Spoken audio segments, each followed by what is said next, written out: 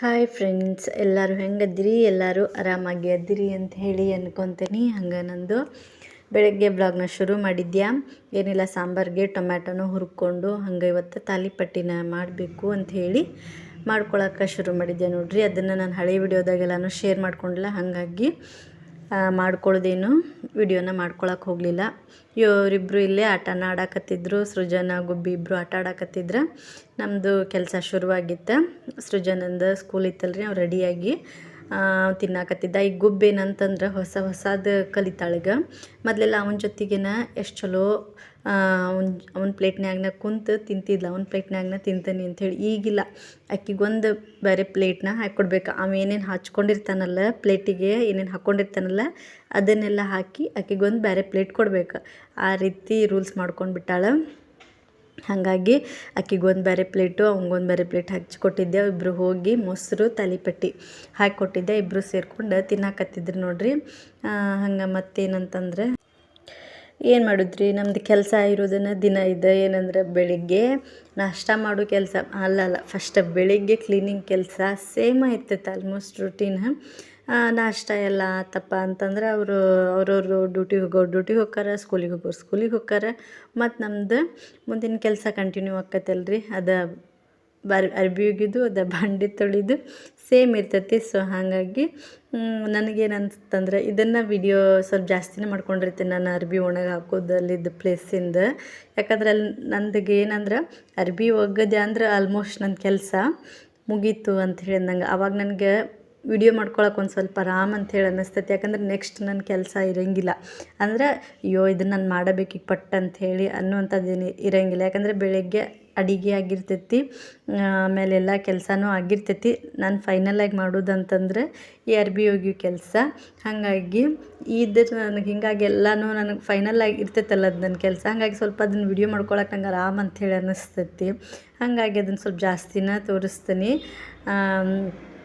ಹಂಗೆ ಸೇಮ ಏನಂತಂದ್ರೆ ಇವತ್ತು ನಾನು ಅರ್ಬಿನ ಒಣಗಿ ಹಾಕೋದು ತೋರ್ಸತ್ತಿಲ್ಲ, ತಕ್ಕೊಂಡು ಬರತ್ತಿದ್ದೆ.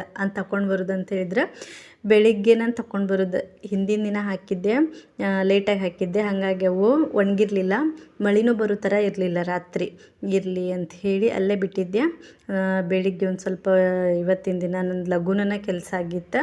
ಅರ್ಬಿ ಎಲ್ಲ ಲಘುನನ ಒಗೆದು ಹಾಕಿದ್ದೆ. ಹಾಗಾಗಿ ಅವನು ಒಣಗಿ ಹಾಕ್ಬೇಕಂತ ಹೇಳಿ ಹೋದೆ.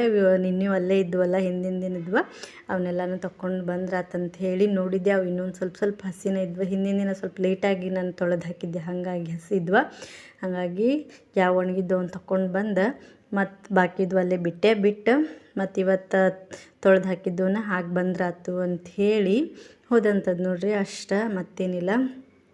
ಸೊ ಹಾಗಾಗಿ ನಮ್ಮ ಕೆಲಸ ಇರೋದನ್ನು ಇದೆ. ಹಾಗಾಗಿ ಅದು ಏನಂತ ಹೇಳಿದ್ರೆ ನಾನು ಜಾಸ್ತಿ ಒಂದು ಸ್ವಲ್ಪ ನನ್ನ ಫೈನಲ್ ಕೆಲಸ ಆಗಿರ್ತೈತಿ. ಫೈನಲ್ ಅನ್ನೋಕ್ಕಿಂತ ಒಂದು ಸ್ವಲ್ಪ ನನಗೇನಂದ್ರೆ ಅಯ್ಯೋ ನಾನು ನೆಕ್ಸ್ಟ್ ಪಟ್ಟಂತ ಈ ಕೆಲಸ ಮಾಡಬೇಕು ಅನ್ನೋ ಥರ ಯಾವುದೂ ಇರೋಂಗಿಲ್ಲ. ಹಾಗಾಗಿ ನನಗೆ ಈ ಒಂದು ಟೈಮ್ ಒಳಗೆ ಆರಾಮಾಗಿ ನಂಗೆ ವಿಡಿಯೋನ ಮಾಡ್ಕೊಳಕ್ಕಾಗುವಂಥದ್ದು. ಸೊ ಹಾಗಾಗಿ ಇದನ್ನು ಒಂದು ಸ್ವಲ್ಪ ಜಾಸ್ತಿನ ತೋರಿಸ್ತೀನಿ.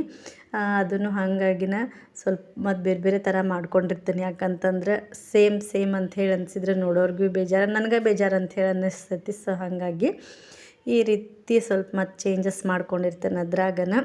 ಸೊ ಇವತ್ತಿನ ನನ್ನ ಈ ಒಂದು ವ್ಲಾಗ್ ಈ ರೀತಿಯಾಗಿತ್ತು. ಹಂಗೆ ಮತ್ತೇನಿಲ್ಲ, ಆಲ್ಮೋಸ್ಟ್ ನನ್ನ ಬೆಳಿಗ್ಗೆಯಿಂದ 11 ಗಂಟೆವರೆಗೂ ನಂದು ಇದ್ದಂಥ ರುಟೀನ್ ಆಗಿತ್ತು ಇದೆಲ್ಲ. ಆಮೇಲೆ ನಾನು ಏನೂ ವಿಡಿಯೋನ ಮಾಡ್ಕೊಳಕ್ಕೆ ಹೋಗಲಿಲ್ಲ.